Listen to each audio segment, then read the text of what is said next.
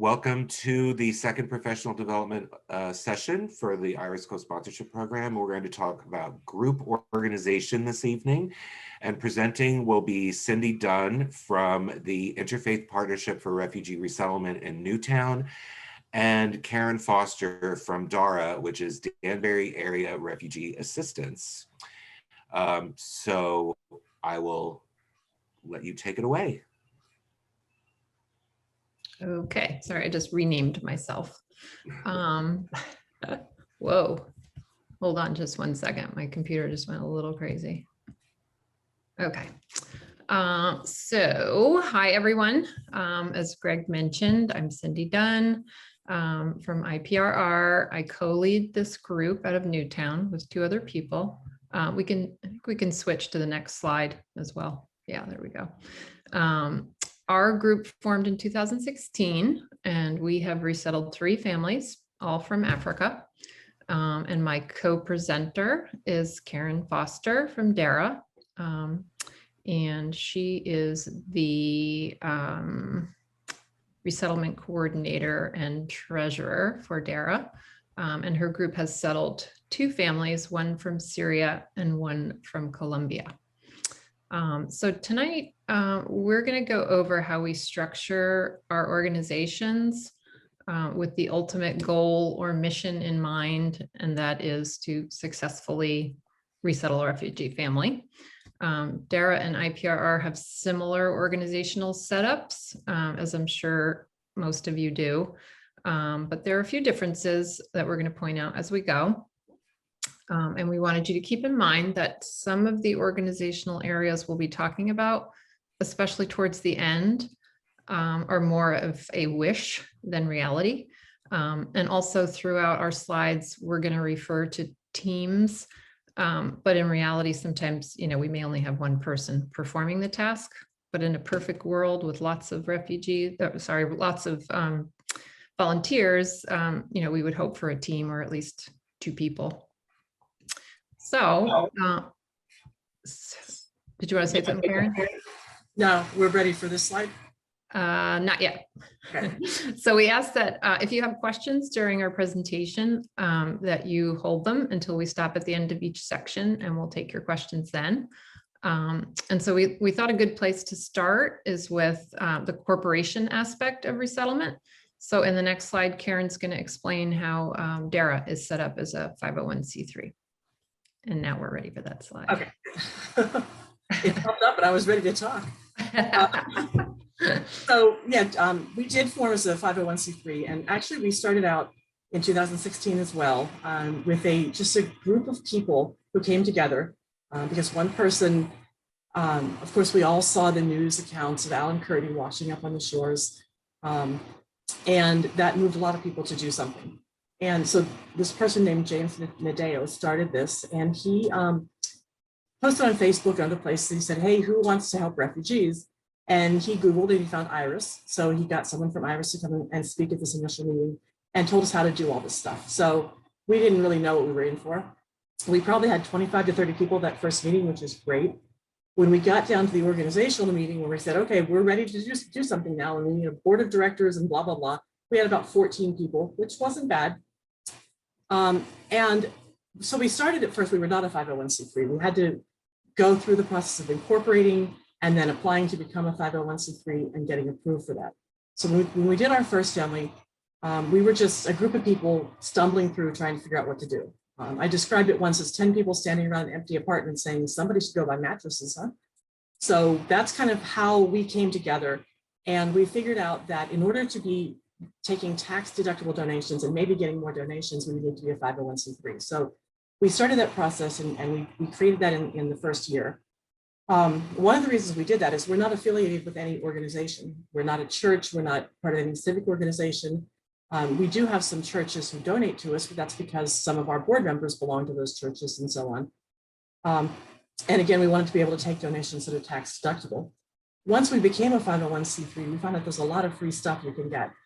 We get the free Gmail accounts with our organization name. So like Karen.Foster@daract.org, as well as we have like president at, treasurer at, and so on. It really helps to keep emails segregated for this purpose. If I had to try to find all the DARA emails within all of my other stuff that I get, it got very confusing that first year. And we had people whose email accounts weren't working because they would see multiple emails coming through with 25 people carbon copied on it, and that they would flag it as spam. So it was really great to have that separate Gmail account, and everyone has their own email address that's dedicated to this. A big one, everyone has to buy mattresses, and Bob's Stores, which I believe is across Connecticut, they will give grants to a nonprofit, a 501c3. It doesn't cover the entire mattress, but it helps. Various donations from local businesses, of course, that's tax deductible for them in most cases. We discovered that we wanted to use some stock photos on our website, and rather than pay a monthly fee, we simply asked, do you give a free account to nonprofits? Yes, we do. So we got that. Facebook is just starting a new thing. I don't know much about it yet because we just signed up, but they're doing some sort of program for nonprofit groups. The Catch a Fire grant for volunteers to help with projects was a big deal. We kind of fell into that. Catch a Fire is a volunteer organization, and it's corporate people who want to help nonprofits. And nonprofits have to pay for this service, and you post a project, like we said, hey, we would like to revise our thank you letter to our donors. And people volunteer to help you. And maybe they're professional writers, or maybe whatever they do. It's really been a great process. We're going to do lots of projects with them. And because we are a 501c3, we were able to win that grant for that, and we don't have to pay for it. Participation in Fairfield County Giving Day. I noticed there's one coming up in New Haven as well. I don't know what they call it. It's called something else. But basically, if you're a nonprofit in that location, you can take part in this, and then you get promoted on their website, and people might come there to donate and just search for refugees or whatever. It worked out really well for us because they did some incentives this year where they gave a grant 3 different times during the day to any nonprofit that has to do with refugees. And it turned out there were only 2 of us. So both of the nonprofits got a grant, and we got $2,500, which was great. So we keep finding more and more things. To sum that up, there are a lot of advantages to be a 501c3, mostly because you can, your donations are probably tax deductible. The legal language on our thank you letter says, depending upon your tax situation, consult your tax professional, whatever.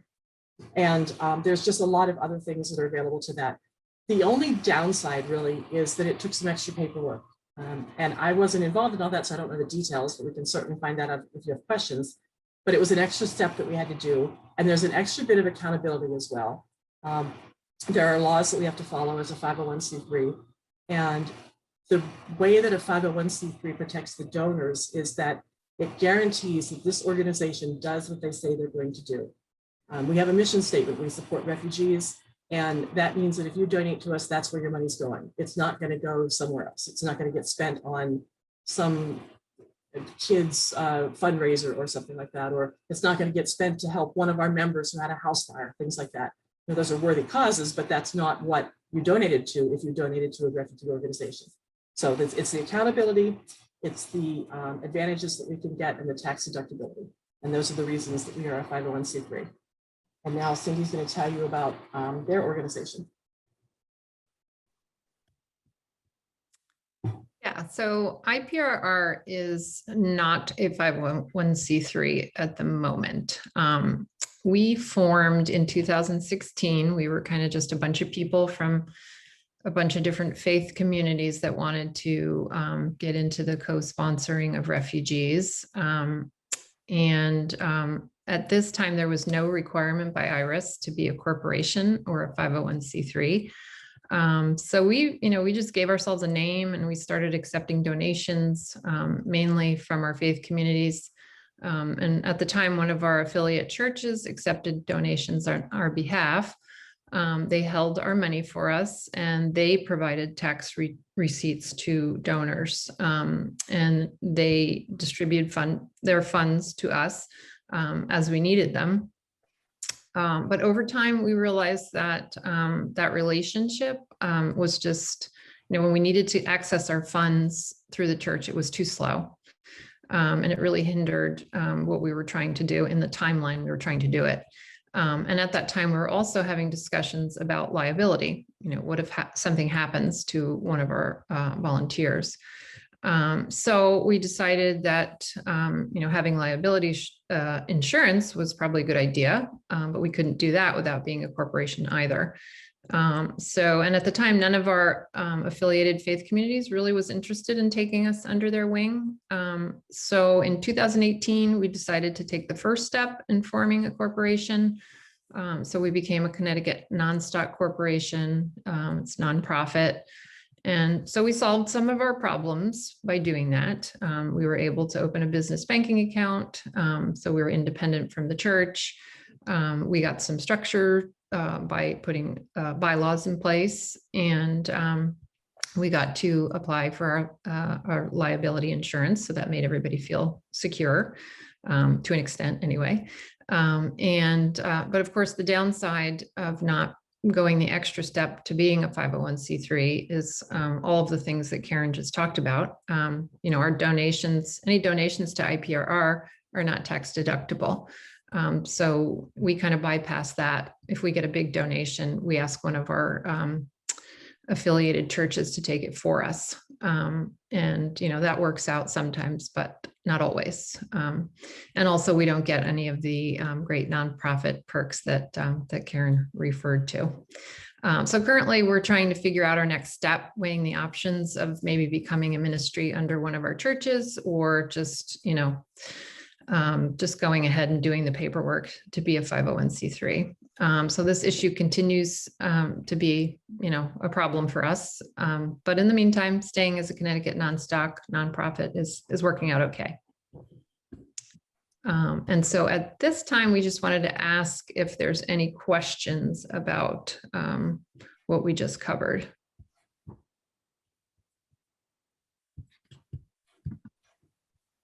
Yes, I have a question. Can you hear me? Yes. Yes. Yes, sorry if you mentioned this and I missed it, but did you have to formally become a Connecticut Nonstop Corporation? What did you have to do to get that status? Yeah, it was formal. We have a lawyer on our committee, and she basically did all the paperwork. And it really is, that step is really not that involved, which is what was so attractive to us about that. And I think it really is the first step to becoming a 501c3. Like, you have to do the non-stock corporation first, and then you go through a whole bunch of more steps to do the 501c3. So that part wasn't, I don't think it was very time consuming or expensive. And if you need the details, I can definitely get them for you. I don't remember because it was a few years ago. Did that answer your question? Okay. I saw Mark's hand raised. Okay. Yeah, I had a question about the free account to download stock photos. Is this these photos from like Getty Images? Are they copyright photos, or is this a special entity that provides non-copyrighted stock photos? They're not copyrighted. They're free use. In fact, the background to the slide is one of the images. And if you look on our website, you'll see all the images on our website came from there as well. So there are various websites that offer this, and you can go in and you can buy images one at a time, or you can have a monthly subscription fee to it and the right to use all of them. And when we inquired about, because we'd used up our free quota for the month or whatever, when we inquired about a membership, that's when we found out that they would let us do that for free. I can find that information and send it out to you. I don't know the name of the website off the top of my head. That's not my area. Thank you.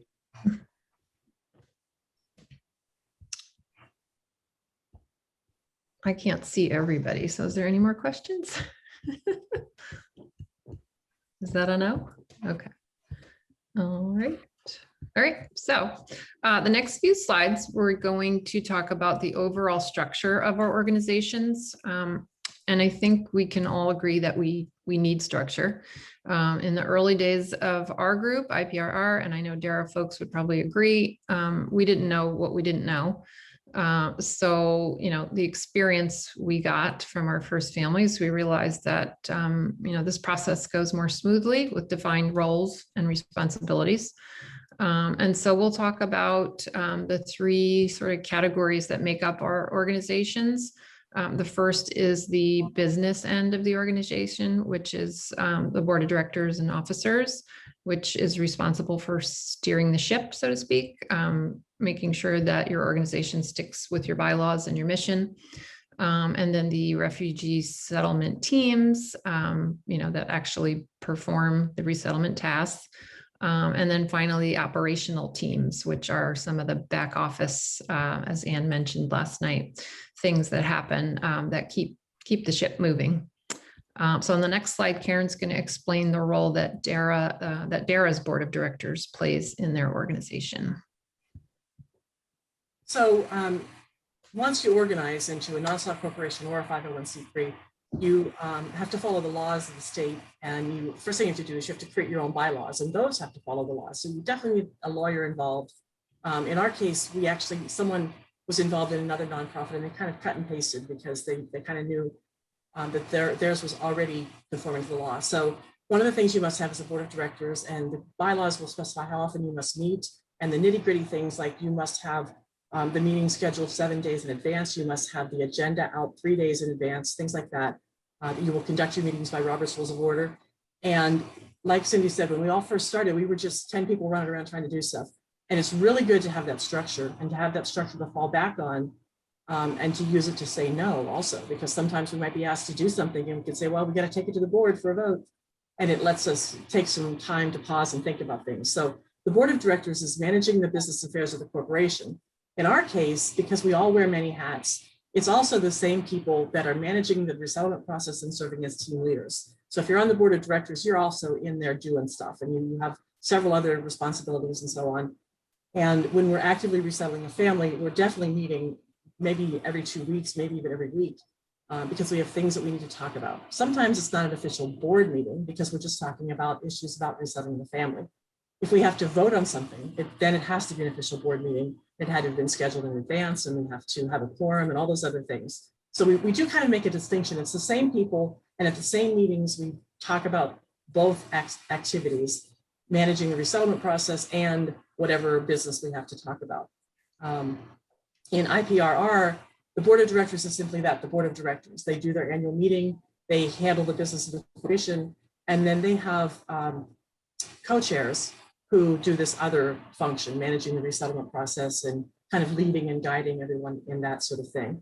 So that's one of the ways that the two organizations are different. But when you get down to the nitty-gritty, it's really different in name only, because they're co-chairs, we're board of directors, we're all doing the same thing.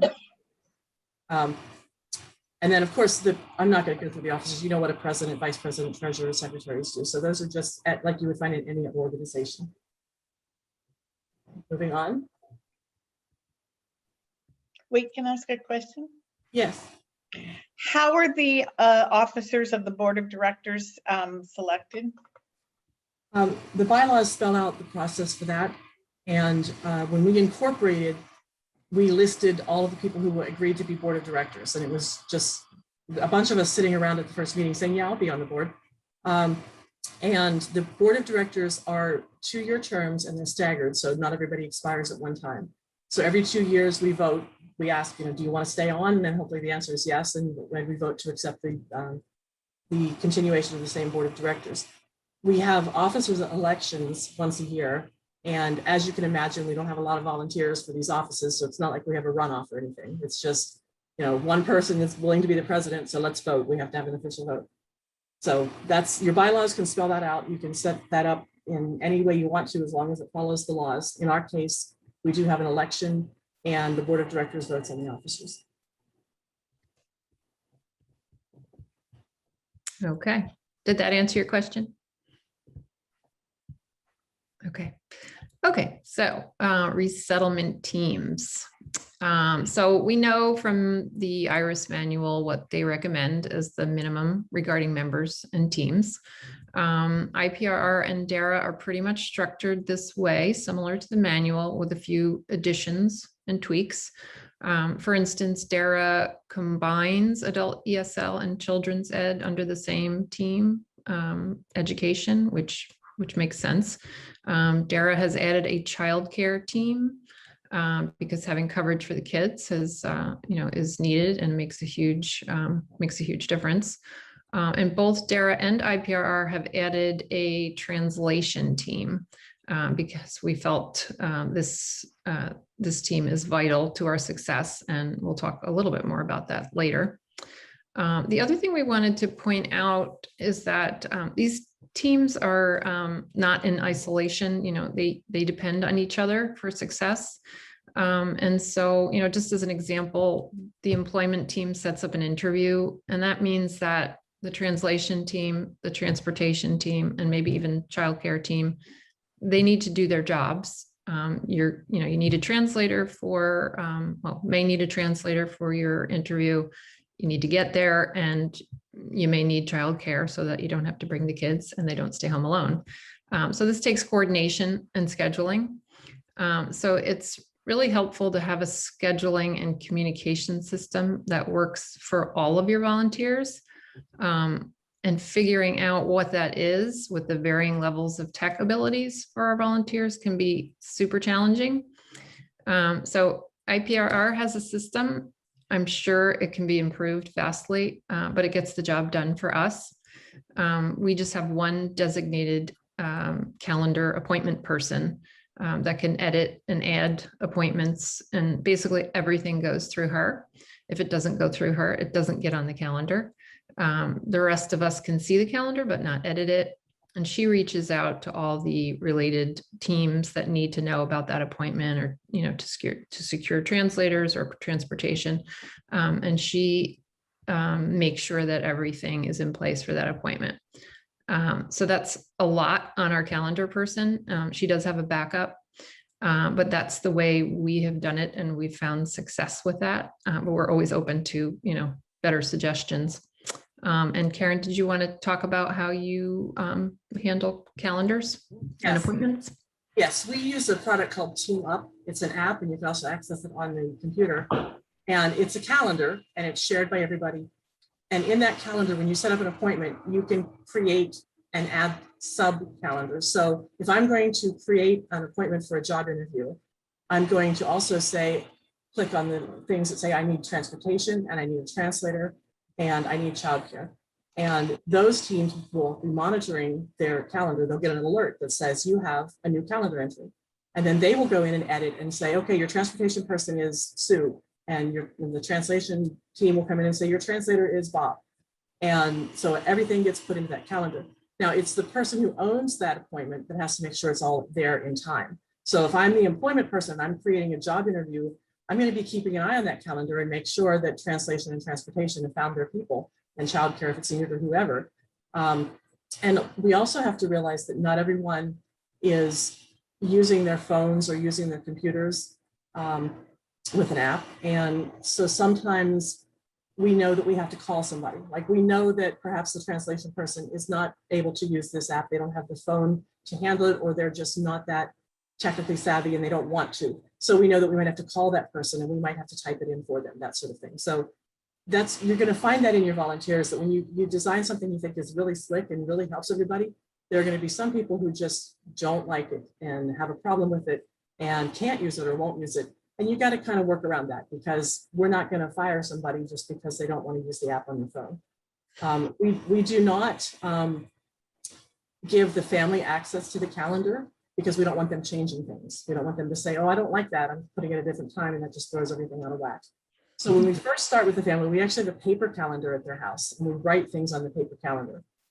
With our second family, we found out that they were very savvy on their phones, and they were taking that stuff and typing it into their own calendar. So it got very easy to work with them in that case. The first family did not have that, because 2016, we weren't also tied to our phones as we are today either. So the paper calendar worked very well for them. So that's the app is, it's been very useful for us to keep everything in one place and to notify everybody. We found that Google Calendar didn't work for everybody, because not everybody had access to it for some reason. And there were people who just go kicking and screaming when you mention Google. So it probably can do all those functions now. Maybe it couldn't when we first started with this, but Team Up works for us, and people don't have that visceral reaction to it like they do to Google sometimes. So the point is you need something. You need some way of organizing this, and you need some way of making sure that everybody who's involved in an appointment knows how to find that information, whether it's one person doing all of that and reaching out to these people, or whether it's an app that puts it together, whether the teams have to reach out, or whether someone's reaching out to me. You need to have a procedure and a process for that. That's all I want to say, Cindy. Okay.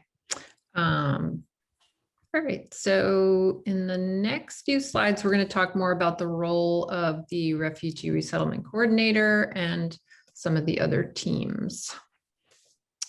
So one of the things that you read in the co-sponsor manual is that there should be one person responsible for administration and communication with IRIS.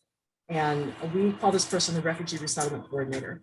And that person is the liaison to IRIS and to other co-sponsor groups. If we need to reach out, maybe Cindy's group just settled a family and they already looked for apartments, and we want to find out if they had any that they didn't use. That actually went backwards. We did it the other way. We helped the group. But you know, whatever. So it's the point person for all that type of communication. And this person also becomes a project manager for the resettlement process. And if you've been in the business world and been involved in projects, then project manager kind of makes sense. If you haven't, you might think, oh, manager, that means I have to be the boss of everybody. No, that's not it. You're not bossing people, you're bossing time. So you're managing things like saying, okay, we have to get their social security card because that has to come first before they can get their Husky and their food stamps and so on. And we have to have ID card before they can open a bank account. All these things go together, and making sure that those are scheduled in the proper sequence. Because if you show up at DSS and you haven't made an appointment at Social Security yet, they're not going to talk to you. So that's kind of what project managing is. It's taking care of these things that are going to be dependent on each other, and making sure that they all get done in the right sequence, as well as keeping track of all the documents and all the forms that IRIS needs and the time frame that those have to happen. There's like a 60-day. So that is handled in DARA by one person. That happens to be me. IPRR has several co-chairs that share this responsibility. I like that idea because that's not all on one person. And what we've discovered as Cindy and I were talking about this as we were putting this presentation together is that all of the tasks get done, they just get done in different places in different groups. So some of the things that their co-chairs do, our board of directors do, some of the things that the co-chairs do, the Refugee Resettlement Coordinator does, and sometimes it's a team lead that does the thing. So it's different ways of getting the same thing done. And you don't have to necessarily structure your group the way we have it set up here, but you need something, you need some structure, and the tasks that we're talking about on here have to go somewhere. So I think that one of the best things you can take away from this is here are the things that need to be done. How do we want to figure out who's going to do them? And now Cindy's going to talk about the translation team, the next team. Yeah, so we wanted to start with this team translation because it's really vital to the process, literally from day one of arrival, and then every single step of the way for the next few months, of course, depending on your family's English or lack of, communication is key. And so for this reason, we, both of our groups have added a translation team. Depending on the level of English in your family, most of your teams are going to depend heavily on translators. Many of the teams are going to need to secure a translator for outside appointments and, just conveying general information with home visits, even maybe at the grocery store in the early days. And depending on the language that the family speaks, apps sometimes won't work. As I mentioned yesterday, our second family spoke Kinyarwanda, and we could not find any app that would really help us with that. So we wanted to stress the importance of having at least one person or a team that locates the appropriate translators, determines any dialect differences, if any, keeps a good database of not just their contact information, but their transportation needs. They may or may not have a car. They may not be near public transportation. Their technical ability, they may they may need to have a phone or a FaceTime translation or Zoom. So can they do this? Do they have these apps? Are they able to function with them? What's their daily availability? Maybe they're a full-time student, maybe they're not available on religious holidays. And other things would be whether or not they'll need to be compensated for their services. So at IPRR, our team leader interviews our translators, as I mentioned yesterday, to try to get to know them a little bit, to develop a relationship really quickly, and to figure out what situations would fit best for them to translate. And we keep those notes in our database so that we can refer back to those. Next slide. Okay, so the acculturation team. So this is the team that's going to help the family get to know the ins and outs of living day to day in the US.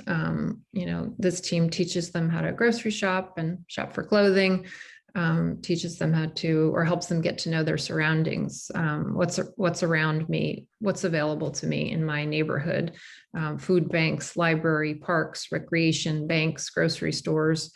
And also this is the group that, familiarizes them with our culture and customs here and our celebrations. I always use the example that we don't want them to freak out when they see kids walking down the street in costumes on Halloween. We want them to be prepared for these things. And for IPRR, this is also the team that acquires the cell phone and calling plan. I'm not sure what every other group does, but we put that here. And so one of the most important tasks of this group, Karen and I were talking about this. We feel like it's the food part of it is really important. For so many of us, food is comfort. And so if you've just landed in a new country with no friends and no relatives, eating familiar foods can really be soul saving. So beyond the job of providing the first home cooked meal, this team really needs to ensure that the family has access to food that they will actually eat and that they can afford. It's great to take them to a food pantry and they get a big bag of food, but chances are, they don't know what to do with it. So this would be a good opportunity for volunteers that are foodies that can maybe have cooking classes, teach them how to use Rice Krispies or whatever. And also one thing that we found is they get a lot of donations and they find out they don't like them and then they sit in the apartment. And so we've talked to our families about options of what to do with the food that you're not going to use that's unopened. You can give to your neighbors, you can donate to your churches. I'm sure we can find lots of ways to not waste what's given to them. And it's really important to also help them find some of the staples from their home country. And I think that's all I had to say about that. So Karen's going to talk about education on the next slide. Yes. So the education team for us covers everything except childcare. That's a separate concept. But the education team assists the family with school registration. You can do some of that legwork before the family even gets here because you know the ages of the kids. So you can begin to figure out what school they're going to go to and what that school requires. So they're going to need documentation, they're going to need vaccination records, they're going to need a letter from the landlord saying that this family actually lives here, things like that. So there's a lot of setup that the family is not prepared to deal with when they first arrive, and we just do that for them. We get the kids registered for school. The education team also tutors the children in their school subjects. It might be a while before the kids start school when they arrive. Our first family, we had all sorts of issues getting the proper paperwork and the vaccination records and so on. And we ended up tutoring them for the last 2 months of the school year. And then summer came and they got into, by the next school year, they were ready. The education team also tutors adults in ESL. And that would be coordinating with other teams. We talked about how if you have an employment interview set up, you want to talk to the education team to say, hey, they're going to be interviewing at a grocery store. Can you teach them some of the words involved in working at a grocery store? And this team will also do pretend interviews with them and help them with the language that they will need for that. This team is also the liaison with the schools and the teachers. that's something that goes on for a long time. We all talk about, you know, how long the family is going to be dependent on us and when they become independent, and independence is the goal. But it could be a year or more that you're still liaison with the teachers in the schools, because the family may not have good enough English or all the vocabulary they need to actually sit through a parent-teacher conference. So especially in the beginning, we have a volunteer, and it really helps if this person has been a teacher before or been involved in schools in some way. And they are the person who gets called to say, hey, your kid's not turning in the homework, what's going on? And then they would go to the family and explain the situation. So they're the first point of contact with the schools for however long it takes until the family is ready to handle that on their own. One of the first things that the family can probably do on their own is call the child out sick, because you can teach them, here's the phone tree, you call this number, you push this, and you say your child's name and they'll be sick, whatever.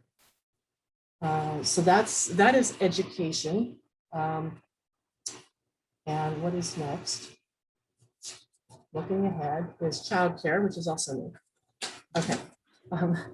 And we split out childcare because we didn't know we needed it. Our first family didn't have little kids. The youngest child was, I think, 3rd or 4th grade, and there was a teenager in the family who was able to watch that child, and enough adults around that we never really needed childcare. So that was not an issue for us. When we heard about our second family, they had 2 little boys that were 2 and 4. And when the mom arrived, guess what? She was suddenly pregnant. So we had a baby too. So that was fun. So the child care team, we put this together on the fly, and it helped to have volunteers on this team who have small children or have children the same ages as the children in the family, because they already know where the resources are. So this team, they would arrange for donation of the car safety seats, because they need to know what the proper seat is and what's safe and what's legal and so on. They would coordinate with the donation team about toys. You know, here are some toys that we think would be helpful for the family. Let's try to get these donated, put these on the Amazon wish list or whatever. This team also arranges play dates and outings. Of course, the play dates are going to be with children and volunteers. That's really who they know. So maybe we have an outing at the park and everybody comes and brings their kids so all the kids can play together, something like that. And then after a while, of course, you hope that the family gets to know other kids in the neighborhood or other kids from school, and they are working on arranging their own play dates. And I think that's it for childcare. Oh, also the childcare team, especially if you have young kids, needs to get involved with the Birth to 3 program, so that you can get services in place for the younger kids before they start school. And a Head Start program, if that exists. There's a really great program in Danbury, and I think it's in some of the surrounding towns as well that can use the Danbury program, where we had the 2-year-old was in the program, he was 3 by then, and the baby would be taken for free as daycare. So it's a really great program. It really supports the entire family. And the child care team was the one coordinating all that and learning about it and figuring out what was going to be needed for the kids. And that's it for that slide. Next, we have the employment team. Cindy's going to talk about. Yeah, so we're actually not going to say too much about employment, because there is a training session on May 19th that you all can sign up for from 7 to 9. That's going to go in depth into refugees and employment. And then the next slide is family finances, I think. Yeah. So we're not going to talk too much about or talk about this at all, because there is a training session coming up on June 9th, 6 to 7:30, promoting U.S. financial literacy. So if you want to know more about that, you can sign up for the training sessions. I do want to interject on that one that besides the financial literacy, this is also the team in DARA that is taking the family to get their Social Security card and taking them to DSS to get their food stamps and their assistance and all that sort of stuff. So we put that under family finances, and we put security under there because that's the key to everything. You have to get the Social Security card first. So this team is doing that. And you want to have someone who kind of understands those matters, has been involved in some way. Maybe they're a social worker, or maybe they've been through this themselves, because getting a Social Security card for a refugee can be tricky, and getting Husky for a refugee and other things can be tricky. There's actually a bug in the software that they have to, the person doing the entry at the DSS office has to know when they have to lie, essentially, to get through the software. It's tricky, but it's you can always take your family to New Haven because that office knows everything. And we ended up doing that with a complicated situation on our side. That's all. Thanks. Okay, so the healthcare team. So what we wanted to emphasize here is that the prep work is really key here. And again, that scheduling element that we keep talking about, it's important to have Husky providers identified before the families arrive, including mental health providers. We just really feel like you can't overlook the potential for mental health issues, even if it's not, written on your sheet that you get before they come. It may pop up at some point, even if not at the beginning. So you need to be prepared with providers that you could use.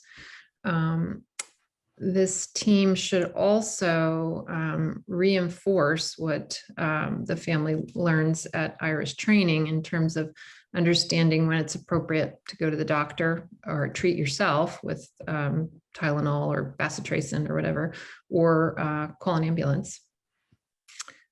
This team is, as I said, heavy into the scheduling challenges.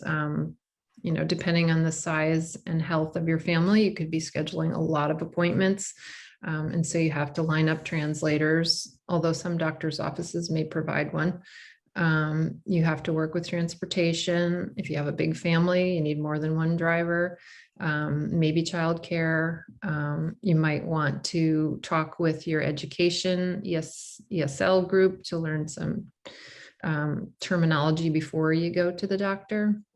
And also the volunteers for this team, having a knowledge of Husky is a plus, and having experience like navigating the patient portals and just making appointments in general. If you have someone leading this group that rarely goes to the doctor, it might be challenging. The volunteer also needs to be able to honor the confidentiality issues surrounding healthcare, and there should be consequences, that are given up front for people who just can't keep it to themselves. We've had issues where volunteers will, at our team leader meetings, they'll just kind of blurt out what happened at the doctor's office, and it's just not acceptable. These volunteers also need to be available during business hours mostly, because that's when we make the doctor's appointments, and they generally should have long-term availability, because the doctor's appointments could go on for months or even the whole year. So you really want to make sure your volunteers remain available. And so next slide is Karen. I want to say one thing about healthcare first, so maybe two things. Healthcare is where your volunteers are going to burn out first. This is the most intensive part of it. And I think that they don't really know what to expect. They think, oh, I'll just be making doctor's appointments. And it's so much more than that. Even the people who are doing the transportation for healthcare, you have to go in with them and take them through the lobby and find the room they're supposed to get to and help them fill out the form. So there's a lot more to the healthcare thing, no matter what aspect you're involved with. And also, Cindy mentioned this as well, but you're going to get some information on the documentation you receive about the health of the family. You can probably believe what that says, but there's going to be more. There's going to be stuff that you don't know about that's not on there. And everyone is going to need dental care. Almost everyone. I can't imagine a situation where they would not if they're coming from a refugee camp. And that's going to be time consuming. The healthcare volunteers, you need to make sure that they're available during the day to be on the phone. Sometimes when you call the doctor, you're on hold for an hour. That can happen. And when you're trying to coordinate one appointment and another appointment, and they have to have lab work first. So this really has to be somebody who really wants to be involved and wants to work hard and wants to spend a lot of time at it. And if you explain that to people up front, they might decide it's not for them, but that's probably a good thing, because it really needs that type of dedication. And this is where we have a hard time keeping volunteers and a hard time getting things done correct and timely in this group. Okay. Moving on next to the home coordination team. This is what we call the team that is coordinating everything that has to do with the home. So this team is going to manage the donations. They're the ones who are going to create an Amazon wish list if we're doing that. They're the ones who are going to keep track of, we have a couch in so-and-so's basement and a bed in somebody's garage, and because we don't have a warehouse to store these things. They're going to keep track of what we need. They're going to know we have this many people, we need this many beds. They're going to go in and measure the windows and know what size curtains we need so they can get donations. So managing all those donations falls under this team, as well as there's a sub team here called the hospitality team. And that's the fun part. You're going to have people who want to just help and then walk away. They want to spend a few days helping refugees, and that's all. And put them on the hospitality team because they are going to make the house look nice. They're going to get a nice basket of flowers to put in there. They're going to maybe have the kids in your group write welcome letters to the refugees and draw pictures for them. Whatever, things like that to make the family feel welcome. They're going to arrange for the culturally appropriate meal. They're going to make sure the groceries that are on Iris's list are there. So that's a fun activity. And if you have a volunteer who's very excited, but you're not sure they're going to stick around, put them in here. Or if you have someone you think they might stick around and you want them to do something fun, put them on hospitality because that is fun. This team also on an ongoing basis handles the basic home maintenance requests. This would be the things you do yourself that you don't call the landlord for. My sink is stopped up. Well, let me show you how to use this plunger, and also let me tell you, you can't pour grease down the sink. That sort of thing. Hey, what is this? Where's the bidet? We think the toilet's broken. Oh, okay. Well, we'll get one and we'll get it installed for you. That kind of stuff. So we have ants in the kitchen. Well, here's what you put down for that. So those kind of basic home maintenance requests, we go through this team. And it can be more than one person handling that, but they just need to know who they need to call. And it has to be somebody that's willing to be available almost 24 hours a day, because when that toilet backs up, it's going to need to be dealt with. And I think that's everything on the home coordination team. And the next, Cindy's going to talk about housing. Okay. Okay, so housing coordination team. This is the team that is responsible for securing the apartment and also acts as the liaison with the landlord. So a few things we wanted to point out about this team. This could be a really good fit for volunteers that don't want a long commitment. There's some prep work involved, researching the housing market, keeping an eye on prices and supply and demand. And then there's that 2 weeks of madness trying to secure a place. But then the involvement should decrease with just acting as liaison with the landlord if needed.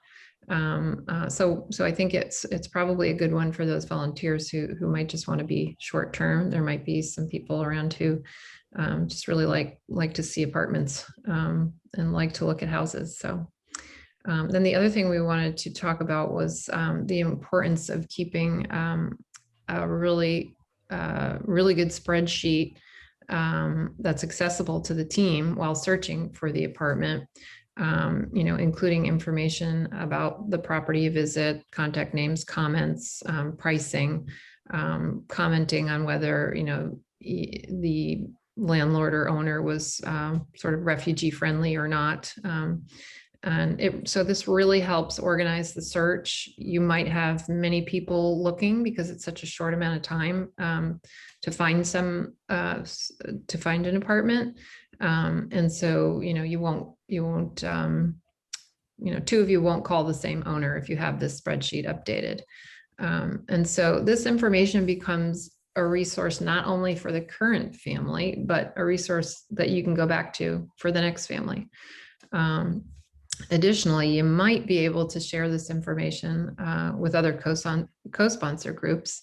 As Karen mentioned before, last year, Dara's family was searching for their second apartment, and a month later, our family had arrived from Sudan. So she was able to share their spreadsheet with us, and it was extremely helpful. They did a lot of the groundwork for us. So there's definitely potential for networking with other co-sponsor groups when it comes to housing, if you're close enough to each other. And the last thing that I wanted to point out about housing is that we're looking for a place right now for our family. They're a year out and their lease is up. And what we've realized is that the housing market has gone crazy. And I'm not sure about other areas, but Danbury and Waterbury, there's a low supply of affordable rentals and there's high demand. There's many applicants for every rental. Landlords are taking the very best applications. So just a heads up that, housing may or may not be a little more challenging in the near future. And next is transportation. One thing I want to say about housing is this is another long-term position, because someone is going to need to be the liaison to the landlord for the time that your group holds the lease, because you're responsible. And if the landlord has a problem with the family, if they're being loud, if they're making garbage outside or whatever, you want to make sure that you know about it and you are the one talking to the family about it. So until that lease goes into the family's name, you'll need a person responsible for that. And one pitfall that we ran into that I want to talk about real quick is we found a really great apartment in a nice apartment complex, and it was beautiful and the family could afford it. And when the time came for them to put the lease in their own name, they didn't qualify because that complex had a rule that your rent cannot be more than 50% of your income or 30% or whatever that magic number is. So there was no way they could stay in that apartment or even a smaller one in the same complex or anything. So now we know to ask that up front. What are your requirements for this lease when the family takes over? Okay, and then transportation. So the transportation team is everything that you can imagine revolving around transportation. So the simplest piece of it is the drivers who are getting people back and forth to work. And this is a really great place for volunteers who may have limited time. They only want to volunteer on Tuesdays at 4 in the afternoon. Great, the guy gets off work at 4 in the afternoon, you can be the volunteer that picks them up. So this is a good place for people who have time constraints or time of day constraints. And the transportation team has one person who coordinates it, and they keep a database of all of their transportation volunteers, as well as when they're available, when they're not available, if there are any constraints. Like some of them did not want to drive kids. They just didn't want to deal with the car seats and so on. So they were on the list to say, I'll drive the parents, but not the children, and that was fine. Some won't go on the highway. Some will not drive when it's snowing. Some won't drive when it rains. So all that stuff is kept in a database, and the transportation team leader knows all that information. And whoever needs a transportation person, so if I'm the employment person, I'm setting a job interview and I need transportation, I call the team leader. I don't call my friend who's also a volunteer who happens to be on the transportation team. Everything goes through the team leader. And then I, as the employment person, don't have to worry about all these constraints because that person is going to take care of that. The transportation team leader can use whatever method makes sense to them. Sometimes when there are standing things like you need to be picked up from work every day at 4 o'clock, they'll set that up as a sign up genius event. And then the email just goes out to the whole transportation team and they sign up for the slots they want. And that can work very well. This is another area though, where you're going to find people who have different ways of communicating. Some people only want to be called on the phone. Some people only want an email. Some people can take texting. Some people do not. Some people don't use the computer at all. So the transportation team leader has to be very flexible in how they're going to reach out to all these different people. It says on here that we coordinate teaching the family how to use public transportation. And that would be great if we actually had useful public transportation in Danbury. There's a public bus. It's not very user-friendly. It doesn't go a lot of places that families need to go. And it doesn't run late enough at night that someone who works the evening shift at a grocery store can get back home again. So yes, we do teach them how to use public transportation and we get them the bus pass. Our first family refused to use the bus. It just confused them. They weren't going to ride the bus. They weren't used to doing it where they came from. Our second family loved the bus. They figured it out on their own even more than what we had taught them. They also were frustrated by the constraints that the bus didn't always stop at their stop. So, and we still don't understand really what the rules are, why it stops at some stops sometimes and not others. So if you're in a town that has public transportation, that's a big part of it. You want to get the family using that and comfortable with it right away. And I think that's a mistake we made with the first family. We didn't say, okay, here's the bus and here's how you use it. We said, oh, we think there's a bus. We'll figure it out. And we really should have been more confident about that. The other thing that we do on the DARA side is that we do coordinate teaching the adults to drive and getting their licenses. Transportation it takes a lot of people, it takes a lot of time, and this is another area where people burn out. So you don't want to be driving them around for a year, 2 years, whatever. You could consider maybe having an Uber account and paying for Uber sometimes if you can't find a volunteer. One of our families actually started doing Uber on their own. They created their own account and they were willing to pay for their own rides after a while. But we're very motivated to have them get their driver's license. And so we do coordinate with a driving school. We have actually one of our volunteers owns a driving school, so he offers some free time with them to help them. Epic Driving School, I don't know if that's statewide or if it's only in Danbury, Bethel, but they do give a discount to nonprofits. And we also go the extra step of giving them practice. So there are some volunteers who are willing to take them in their own cars and let them practice driving. The difference between the two groups, IPRR does that step, but they do it as friends. They make it clear that this is not an official IPRR activity, but as your friend, I'm going to let you practice in my car. So it's just two different ways of doing it. I kind of like that idea. I think we might want to talk about that some in Dara about whether we make that distinction. Obviously, we can't require our volunteers to do that. That's kind of above and beyond. But you know, it's we definitely are motivated to help them get their license as soon as we possibly can. That also involves coordinating with the ESL team because you have to teach them enough English to pass the learner's permit. Now, the permit test is given in other languages. That doesn't mean that those languages are well translated on those tests and easy to follow. And the instructions on the test are still in English. We had an unfortunate situation where the mom went to take her permit test and it was in her language and the button said, you know, click here. And she was clicking cancel every time because she couldn't read the buttons. So she got all her answers right, as far as we know, but she was canceling each one. So she got a 0 on the test. So they still have to understand how it works and know enough English to get through that process. And then of course, actually doing the driving is all in English. So they're going to have to know enough English to figure that out by the time it comes time to actually take the test. And that's all for transportation. Next, we have questions.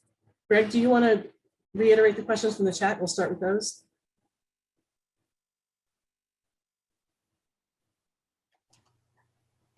Yes, I would. One, it's a very specific detail about something you said about a lie at DSS, and I'm kind of intrigued as well. What exactly were you referring to? Yeah, I'll talk about DSS and then I'll talk about Social Security as well, because that's a little tricky. The lie at DSS is one of the questions as the person is filling out, as the clerk is filling out the screen for the application. It comes to a question that says, have you lived here for 5 years? Obviously, no, they just arrived. They've not lived here for 5 years. They have to say yes to that question. And you will find somebody in the DSS office who understands why that has to happen. In New Haven, they just know to do it. It's a refugee, you say yes to that question, even though they have not lived here. In Danbury, we did find there are some people who know that. And the one called over the supervisor understood it. It's because a regular immigrant who's not a refugee has to wait 5 years, has to be in this country 5 years before they can get food stamps or any kind of assistance. And the software is not set up to handle refugees correctly. Now, someday maybe that bug will get fixed. It wasn't as of 2 years ago when we went through it with our last family. So that's the lie that has to be told, is that when it comes to that question, if they don't say yes, they've lived here for 5 years, it won't let them go any further on the application. And it's the clerk who has to do that. And Social Security, there are a few tricks with Social Security as well. One is that the name must be exactly as it was entered when they came through immigration. First name, middle name, last name. First name, middle name, last name is not meaningful in all cultures. Our Hispanic family from Colombia, they have a first name and 2 last names. So it all depends upon how that clerk typed it in at immigration when they were leaving their country that they came from. So if it says, if the clerk tells you, sorry, it's not in the system yet, ask them to try again, ask them to try different spellings of the name, ask them to try moving what they think is the middle name so that they have 2 first names and things like that to get that through. Also, their system is set up to say, oh, you haven't been here 2 weeks yet. Here's your paperwork back, come back in 2 weeks. That's from the old days when everything was done in the mail. Now, as soon as you have that, what's the document? I forget the number of it. but the one that says that they've arrived. Oh, I-94. Yes, that's it, I-94. Once you have that in hand, it's in the system. That's where it came from. You got it from the system. So you can kind of gently push back and say, can you just try it? Because that's the situation there. And we had that happen in Danbury. They wouldn't talk to us. They at Social Security, they said, come back in 2 weeks. And we said, no, can we just try? And so that's how we were able to get that through at Social Security. Yeah, and I know in your case, I understand with the, you know, the father's last name and the mother's last name issue, Yeah. which most US systems are not set up to accommodate, and usually they just take the father's surname. Yeah. So I understand that issue. But as far as the 5-year residency requirement, in my experience, that usually shows up like it might show up after you've applied for TFA, SNAP, and Husky. And when it gets to Access Health, that's where the glitch is. So Yeah, the good some news are- is, but the Yes. good news is that I have a very easy way to fix that. I do it all the time. It'll happen again. Like they could be here for a year and renewing their health insurance, and they'll go through the same exact thing. And you know, so and so at Access Health and their call center will have no idea. I know who to contact at DSS to take care of it, and it is instant. So, you know, and the other thing I'll just say quickly is that at least right now, DSS and Social Security are still not open to the public. Right. You know, and we don't really know exactly how that's going to proceed. So obviously towards the fall, perhaps after more people have been vaccinated, they may start taking appointments at DSS offices. They do take drop-offs at DSS, and Social Security in New Haven does work with us to have, you know, an intake appointment in the park, in the plaza outside of that office. But I couldn't tell you what is going to happen in 6 months. So I just want everybody to understand, like, you were talking about going to DSS and Social Security in like normal non-pandemic times. And as Cindy may want to comment, since literally the last family to be co-sponsored was theirs, who arrived from Sudan on the day that the country shut down, March 18th, 2020. We were all figuring out how to apply for Social Security and DSS benefits under those circumstances. And quite honestly, those agencies were totally unprepared to deal with it. You know, we engineered the Social Security application 2 months after they arrived, but I don't think that's going to happen now. And DSS is taking things online. In any case, I'm hoping they have in-person appointments, because it's better to be there to monitor the person, just like you're saying, Karen. Like, I just want to make sure you point out, like, this is how their name is spelled, because you can't do that if you're applying online. You have no idea who's downloading the application in the Wethersfield mainframe ether.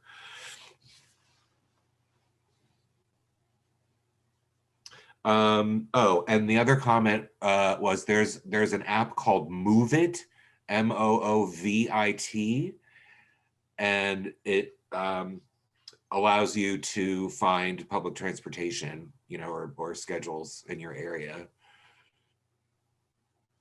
This is from Amy in Stanford. So Our last you know, family used that, and that was great, except that it doesn't help that buses stop running like after 8 o'clock. Right. Or even sooner. Yeah. So it's great to have it, but it doesn't change the fact that they don't run long enough or early enough for, you know, for some of these families to make use of them. Yeah, and Waterbury has the same problem. Yeah. Yeah. Is there any more questions, or is there anything else to address? Because we're going to go through the last few slides pretty quickly. Oh, I have a Mark. question. oops, sorry. Go ahead. I just have a question about back to the translators and about the timetable for onboarding them, for doing the background check, the child safe training, because again, you have the problem that you don't know which translators you're going to use if you have a choice until the last minute. Are you, and if you found, you know, I've found we have a group of translators in Swahili and in Arabic. Am I going to get all these translators together and do background checks and child safe training and coordination on all of them, even though I know that I'm not going to be using both? Well, Mark, I can answer that question. And I touched upon this last night. We are in the process of beefing up our interpreter program at IRIS, meaning that any interpreter that works with IRIS and with IRIS clients has to be trained by IRIS. And our volunteer coordinator provides that training, and it will be available remotely. So whoever is slated to work with the family that you're planning to work for, should be able to get trained relatively quickly. I believe, Alice, if you could chime in, just because our intern who's handling our tech has been working on the interpreter training. How often is interpreter training, or how has that been going? Yeah, we're really just tailoring it to people's needs. So last week we had an interpreter who a staff member requested we trained. I called him. The interpreter was available the next day. He did the 1 hour Zoom training, the background check in the Google form. It shouldn't be a very onerous process, especially for those who are tech savvy enough to click through a Google form. Okay. And thank you, Alice. And similarly, Mark, with the background checks, once you submit your green light form that you're ready, we'll set up an account with our background check vendor. And so you'll be able to send any person in your group instructions on how to do the background check, which they would do themselves online. And then it would be sent back to IRIS for approval, and we'll take care of that. As far as child safety training, we have referred people to a couple of online training options that people can do. I can't remember them off the top of my head, but there is a link in the manual as well as on the resource page for that information. As we set up the team, the translation team, is there a charge per person for the background check? Yes, and those, I can't remember the prices off the top of my head, but if you visit our resource page, there is a link toward the background check procedure, and it outlines what the prices are. Okay. We sometimes cover those fees if, we don't offer it up right away, but if if someone says, this is cost prohibitive to us, then we'll cover the fee for the background check. Yeah. So I have a question. How do you folks manage what I would call volunteer management in kind of a broad sense? In the sense that for any volunteer that's new, we have to recruit them, we have to orient them. And then often our volunteers along the way have questions or concerns. And I noticed you didn't have sort of a position related to that, but there must be a way you handle that kind of function.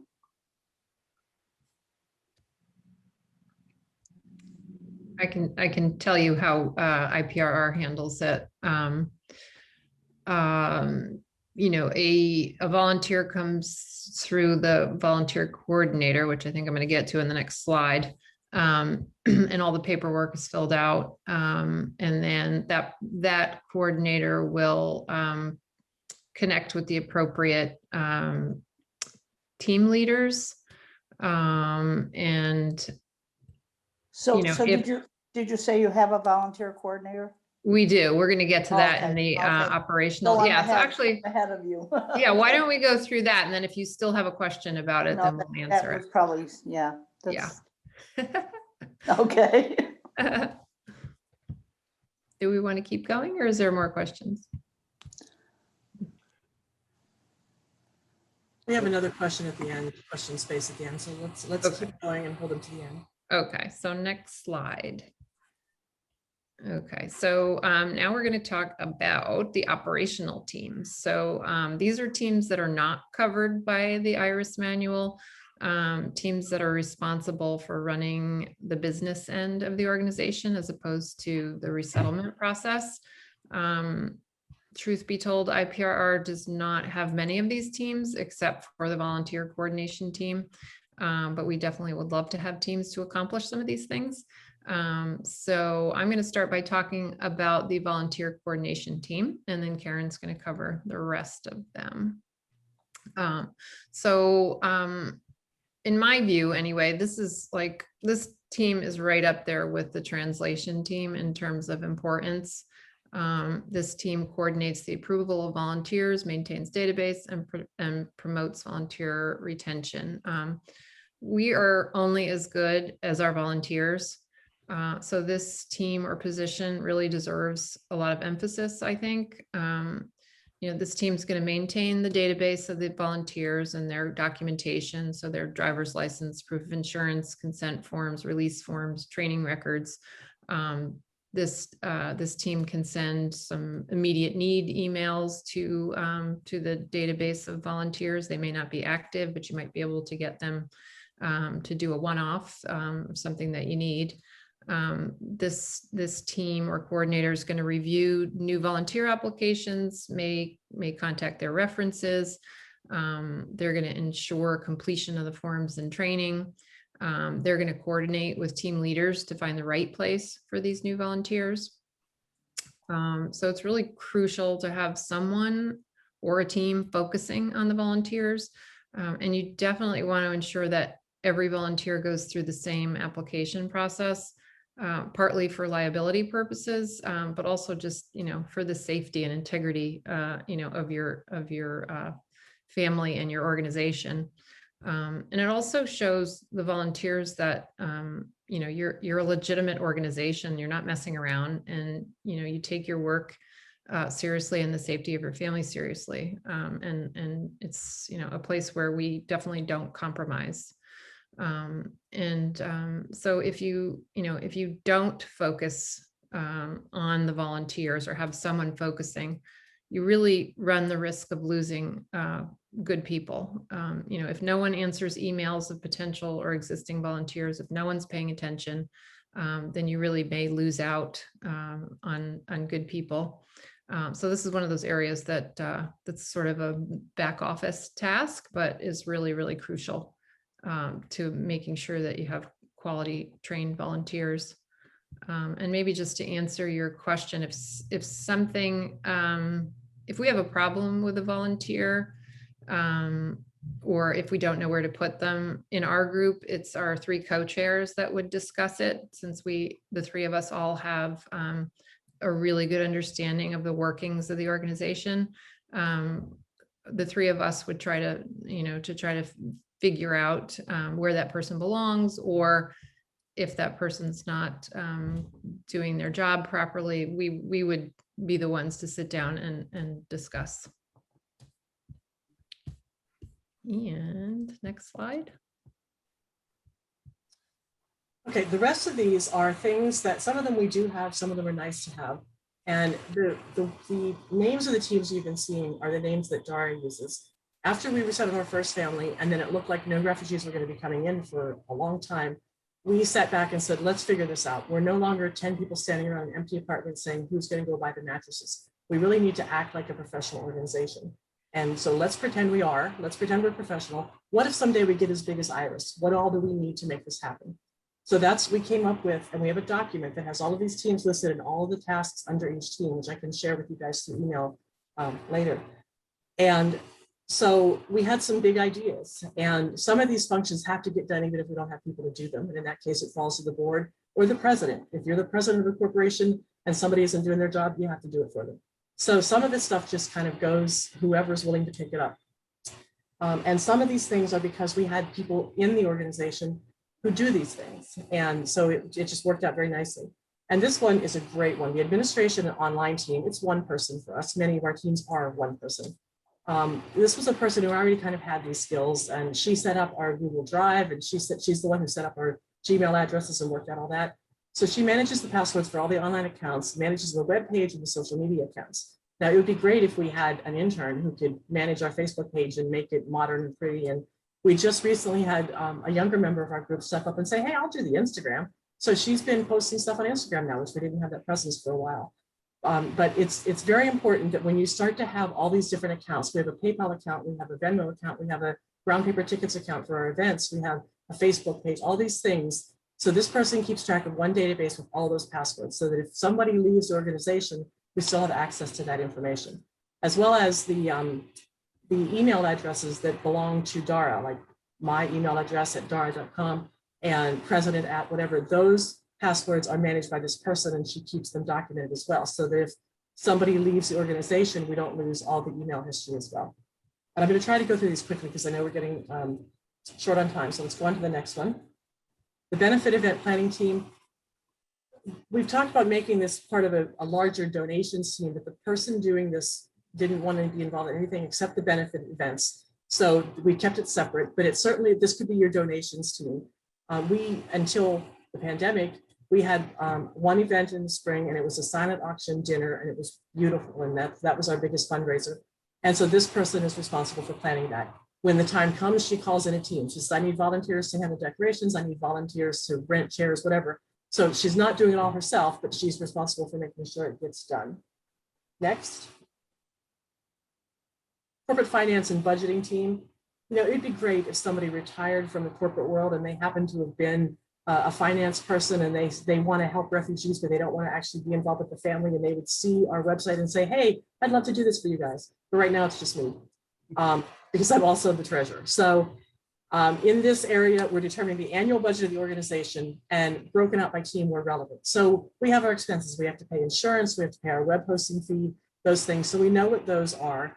And so we know we have to raise enough money for those. But sometimes our teams have a budget as well. We need to know how much we can spend on groceries for the initial setup of the apartment. We need to know, are we going to buy diapers for the baby that we know is part of this family or whatever. So we can set those budgets before the family ever arrives. We would like to be organized enough to have a budget for the acculturation team and say $100 a month you can spend on acculturation activities. You don't have to come to the board and have it voted on. You can decide what that should be. Do you want to take the kids to the zoo and teach them the names of animals? That's acculturation, that's great. So we haven't really worked that out yet. We're still kind of feeling our way with that, but that's where we'd like to get to. And everything, because we are a corporation and we have bylaws, every expense must be voted on by the board. Well, if the board's only meeting once a month, how are we going to handle, oh, there's this expense that it's going to snow this weekend and the kids don't have snow boots. What do we do? We use a product called Slack, S-L-A-C-K, to communicate. Email doesn't work for us. People were losing their emails. They couldn't find them. Emails were bouncing.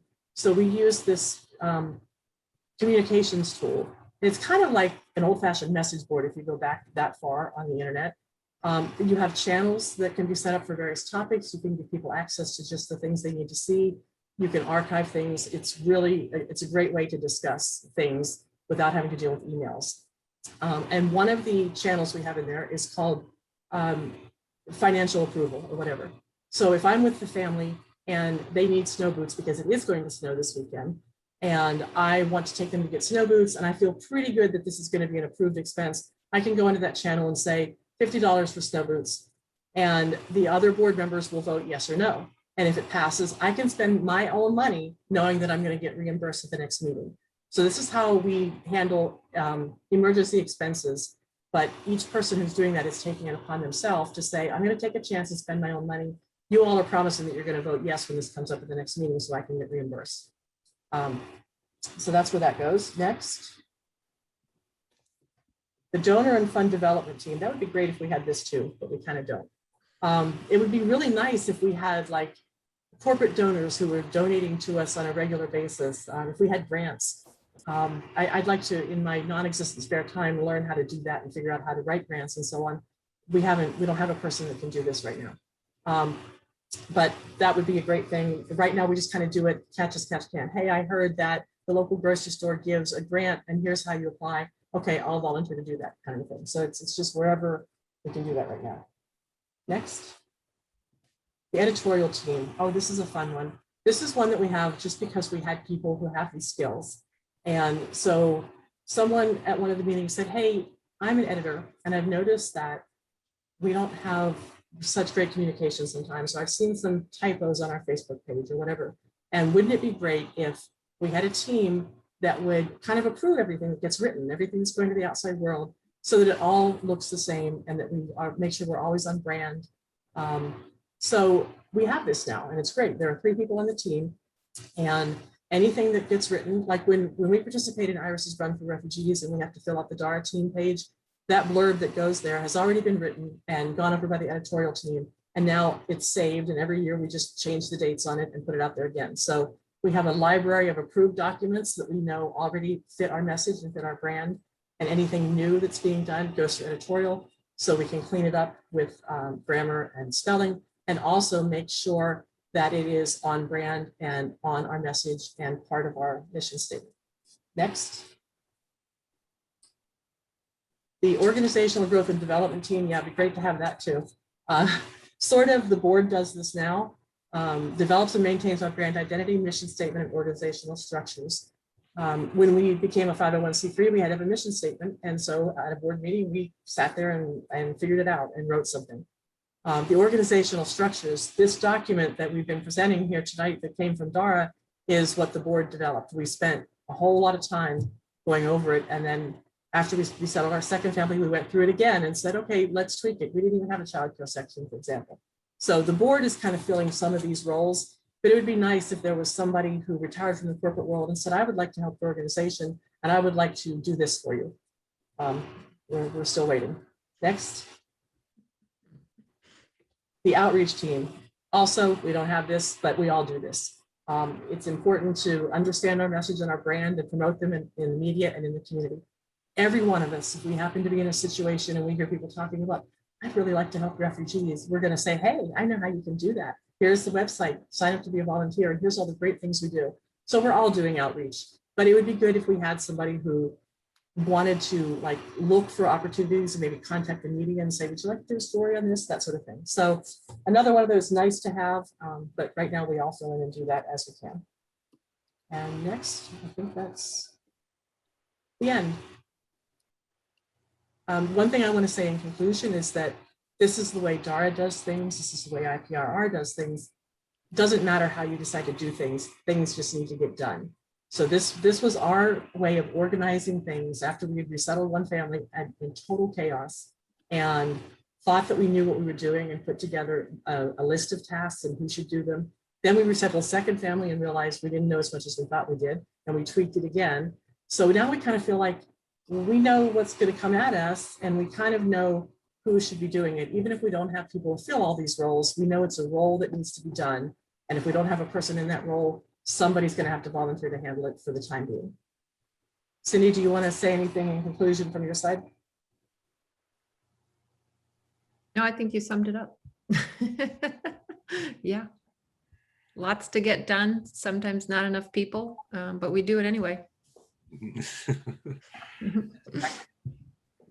All right, I just have a couple of things from the chat. But before I do that, Alice is going to drop in the links for the evaluation of this session, as well as last night's session. In case you did, most of you were at last night's session. If you were, we'd really appreciate your feedback by filling out the evaluation forms, which are anonymous, and those will be showing up in the chat. Now, Karen, I'm going to ask you this question because Amy from Stanford was wondering if WIC provides free diapers and formula. They do cover formula, but not diapers. There is a diaper bank. We did not have much luck getting things from the diaper bank. There's great demand and very little supply on the diaper bank situation. What we ended up doing, because the baby was born after they arrived here, you could certainly do this for a baby that you know is coming as well. We set up an Amazon baby registry and we publicized it on our Facebook page and other Facebook groups that have to do with refugees, and people bought things for the baby. I actually sat down with the mom and we filled up the registry. It was such a cool thing to do. And on that, we included diapers. Amazon also has a feature called the Diaper Fund, and you can donate to the diaper fund for that family or for that baby that's arriving. And when the registry is over, that diaper fund money can actually be converted to an Amazon gift card and spent on anything, or you can use it to buy diapers. And because you've had an Amazon registry, you get 20% off the diapers. And the donations that we got for that diaper fund, we've done this twice now because our first family had a baby too, just recently, and we decided to help them with the baby registry. We got enough money to cover diapers for more than a year for that baby. So it was really, it was amazing. I was really impressed with that. Some people just donated $5 towards diapers, you know, but we publicized it on our Facebook page and we got those donations, and that worked out very well. Vivian, I saw you waving because your family had a baby this year. Did you want to say something? You're muted. Vivian, you're muted. We did something very similar. We did a baby shower, and we put it to one of the positions we do have that's a little different is that we have a communications director, and he works with our Gmail folks, some of whom are active volunteers, but some of them are just interested people in the community. We have about 250 people on that Gmail. So we sent out a call for the baby, and they received, oh my goodness, so much stuff, including lots of diapers. Because even people who were not directly into the Start Fresh inner circle, so to speak, all wanted to give stuff. And so, yeah, we did something very similar. We also have a church that does a diaper bank locally.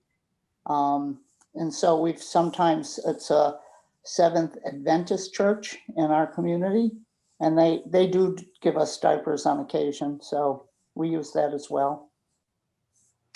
Great. The last question from the chat that I just wanted to address quickly, it was from Amy in Stanford. What document determines how the name is on the Social Security card? The short answer for that is the name that is supplied to us by EMM, which is the name that's used throughout the onboarding process before refugees come to the US. So it's essentially downloaded to us, and then we just go by that. That's their official name. I think Karen's situation was somewhat unusual because we have never, this was the first Latin American family to be co-sponsored. So this issue never really came up before. And so now it's sort of flagged in my head. If we should get another Latin American family, I'm gonna have to make sure, that the database that supplied us with their names is correct so that their full name is indicated. But at the same time, it's very common, especially in the Middle East, for people's names to be misspelled, as Jean, who's not on right now. The second family that they resettled were just indignant about the way their names appeared on their documents. And that's what the UNHCR did. Like, we have no control over that. So the only way to correct that before they become citizens is to go to probate court with documents that prove how their name is actually spelled. That's a very long and wonky way to indicate it. But just to tell you the many times I've had to deal with that issue. So yeah, the US government does not respect people's names 100% of the time. And if it is spelled a certain way, all your documents have to be spelled that way because that's your legal name. And that's on the letter that you send to us saying this is the family and their social, or well, no, not social, but their number. Well, yeah, their age and all that. That's that official letter that you send to us is that source. Well, yes. I mean, when you mean like when I send you information about the family? Yeah. Well, yeah, eventually when you accept the co-sponsorship and I give you that sheet of paper with all their names on it, that is based on the information we get from EMM, which comes from the State Department. Good. So is it on the I-94? Yeah. Yes.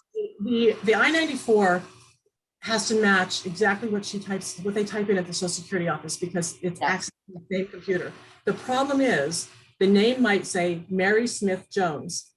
And so the person is going to type Mary first name, middle name Smith, last name Jones. But in reality, at UNTHR, they typed Mary is the first name, Smith Jones is the last name, because that's really what it is. So that's, you have to kind of ask them to play around with it. Well, can you try maybe putting this as the last name with those two words there? So the other interesting thing, Greg, is that, we're all used to referring to your family as the Smith family or the, whatever family. And in that family, they all had a different last name because they all had a two-part last name. So the mom's was her own. The kids had a combination of the mom and dad. The dad's was his own. So they each had a two-part last name and only the kids matched each other. So it was very difficult for us to refer to them as the Smith family because only one of them had Smith in their name somewhere. So that was an interesting cultural thing for us to learn about. And also the fact that it's important to them. Her name was not Jones, it was Smith Jones, her last name. So when it came time to get her bank account or whatever, or if we were writing her a check to reimburse her, you didn't make it out to Mary Jones. That's not her. Her name is Mary Smith Jones. So it's important. And who helped you resolve this problem? I want everybody to know. I believe that was you. No, it was Congresswoman Johanna Hayes. Oh, that's right. That's right. We did have to get at that point. I've forgotten about that. Yes. All the more reason for you all to, if you can, at least notify your, local officials and, all of the Connecticut House of Representatives, all the Congress people are supportive of Iris. So, and in this case, Johanna Hayes, I mean, she had just been elected when they arrived and she took care of it. So in Stanford, you can hit up Jim Himes, 4th Congressional District. Rosa DeLauro is like our grandmother, so she'll do anything for us. Right, the specific issue that she helped with, Greg, is that the Social Security office had messed up the names. The father and the son had the same name, and they got those twisted. So the Social Security number, the Social Security card that came had the father's number, but the birthday was tied to the birth date of the son, and that's what Johanna Hayes helped us to detangle. That was right.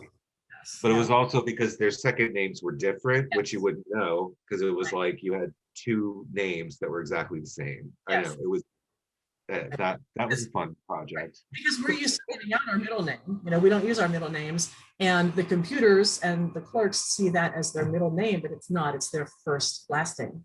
Right.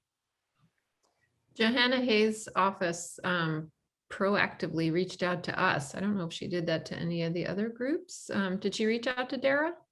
I don't think so. Okay, so we got a call from her, one of her, I don't want to say intern because it wasn't an intern. Her aides, yeah.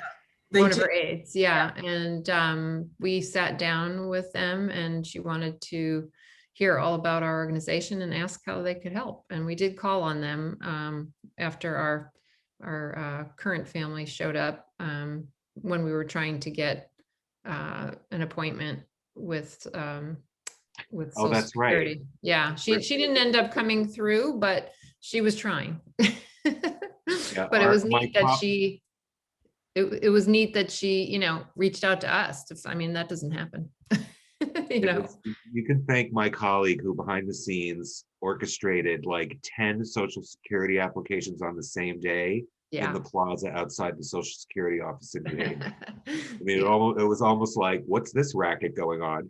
But it was just, they couldn't go in the building. So the guy was just coming out, getting the applications, going back in, giving them their receipt as if they had gone in the building. And it's all because of her that happened. Yeah. So in that case, she beat Johanna, but she I'll did. never forget that Johanna Hayes helped with the Social Security cards. Yeah. You guys. There's always something unexpected, even when you think everything is going well, or you just can't even imagine what's going to happen next. Okay, does anybody have any other questions or comments? Yes, no? I have one quick comment that happened to us, just for everybody's information. I was back in at the Social Security with our family because they laminated all their cards and now they're all invalidated. So just a tip to everybody, be sure to tell your people don't laminate their cards. Oh, didn't know that. I think I it didn't know says it that. on the back. Yeah. Pardon? Yeah, but yeah, no, actually, I was talking, Vivian told me about that earlier. So anyway, I want to keep anybody too far off of time. We're about 5 minutes over. But yes, that's very important. Do not do not, not only should you not laminate your social security card, don't laminate it before you sign it. Exactly. Oh, Exactly. So just Yeah. don't, just sign it and put it in a drawer. Anyway, I want to thank everyone for being here this evening. Thank you, Karen and Cindy, for your presentation. It was awesome. And thank you, Alice, for coordinating via satellite from Santa Cruz. Wow. The beauty of Zoom is that we can have technical assistance from across the country. And Ashley is here observing. I'm just going to acknowledge her presence. And again, if you could all please submit it, click on those evaluation links. We'll also send them out tomorrow. I'm going to send out the presentation decks so that everybody has those. And then you'll also have the contact information, not only for Cindy and Karen, but also for Ann Plumley, who presented last night on volunteer management. So with that, I'm going to say goodnight from Shelton with my cats, who are patiently waiting for me to feed them. And we will look forward to being in touch. Bye, everybody.